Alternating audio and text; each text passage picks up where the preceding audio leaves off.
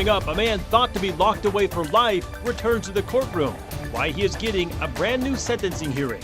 It's pretty normal to see cops or somebody responding to something around here. And a suspect still at large after a deadly Spokane shooting, leaving one man dead in his car. The latest on the investigation tonight. Wind dies down tonight, and we're talking some much cooler temperatures by tomorrow morning. But don't worry, that cool down comes with plenty of sun.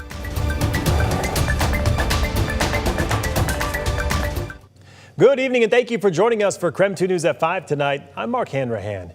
We start tonight with weather. We had a KREM 2 weather impact alert that went into place earlier today for the wind that whipped through the area. But let's get right outside right now to Chief Meteorologist Jeremy Legoo. Jeremy, it sounds like that wind has since died down. There's still a little breeze, but yeah, we're through the worst of it, Mark. It's died down. The sun is starting to come back out. And the air has a bite, a serious bite. 45 degrees and a dew point of 29. You add a little bit of wind out of the east-northeast at 14 miles per hour and you go, and that's about what it's going to feel like the next couple of days. Wind continues to die down this evening. I don't even think our gust is going to be up near 20 miles per hour. Wind is on the calmer side of things. As soon as the sun goes down, we are done with it. And then tomorrow we wind up much calmer. There's the low. It's made its way all the way down to our south. And as it exits the region, all of our moisture stays to the east and to our south. And we wind up just cold. See, you can hear a little bit of that wind. Doesn't take much to hear it on a microphone, but overnight when wind dies down, our temperatures fall. We're back down near freezing across much of the region. And for some places, Kittitas County, Grant County, you don't typically get that cold this time of year. Other places, say eastern Washington and North Idaho, we're very used to being that cold. So when our temperatures fall down near freezing, it is no big deal. By tomorrow afternoon, 50s. All right, sounds good, Jeremy. Thank you very much. Well, a crime thought to be over 15 years ago, a killer thought to be locked away for life. Now those who knew and loved Sarah Clark and Tanner Pell are fighting to keep their murderer behind bars. A resentencing hearing started this morning for Justin Crenshaw.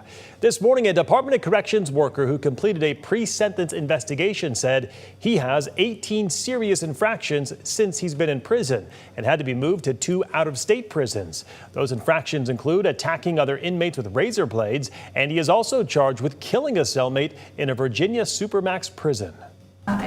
Concerns that he could reoffend in a violent manner, possibly taking another life, but more possibly probably hurting more people. The family members and friends shared how the loss of Sarah and Tanner have left a hole in their lives. Tanner's older sister still lives with PTSD and says she wishes she could forgive. She voted against the death penalty in 2010. And I remember I said no because we were told you'd be locked up 23 hours a day and you couldn't hurt anybody else. And some really important people said yes. And it was ultimately taken off the table. And then it's like, then you went and killed somebody. Crenshaw was 20 years old when he stabbed Clark and Pell to death, then set the house on fire to cover his crimes. He has been in prison on life without parole, but a change in state law means he is eligible for resentencing. The Omak Police Department asking for the community's help tonight to find a missing 12-year-old boy. Nicky Balboni has been missing for 5 days now and was last seen on October 8th in the Omak area. Balboni was reported a runaway, but the amount of time he's been missing has law enforcement concerned.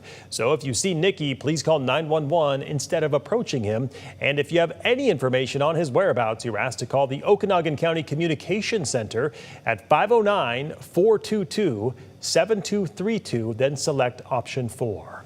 A Cooley Dam elementary school teacher under arrest tonight after deputies say he was caught in an underage sting operation. This morning, Kittitas County deputies arrested 42-year-old Ross Ashenfelter of Cooley Dam for communicating with a minor for immoral purposes. Ashenfelter is a 4th grade teacher at Lake Roosevelt Elementary School in Cooley Dam. Authorities say the arrest was part of a sting operation involving a Washington task force and Kittitas County detectives.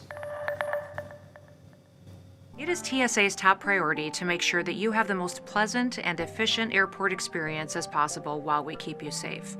However, Democrats in Congress refuse to fund the federal government.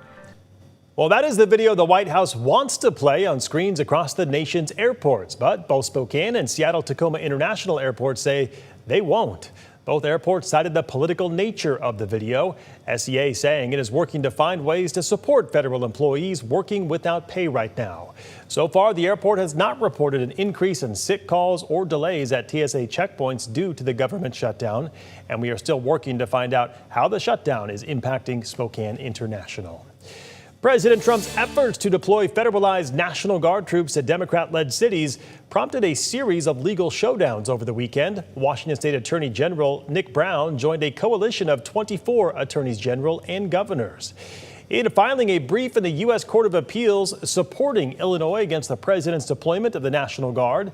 The coalition's brief states that president's actions break the law and threaten state sovereignty. It also urges the appeals court to reject the Trump administration's request to move forward with the deployment and to protect the balance of power between the states and the federal government.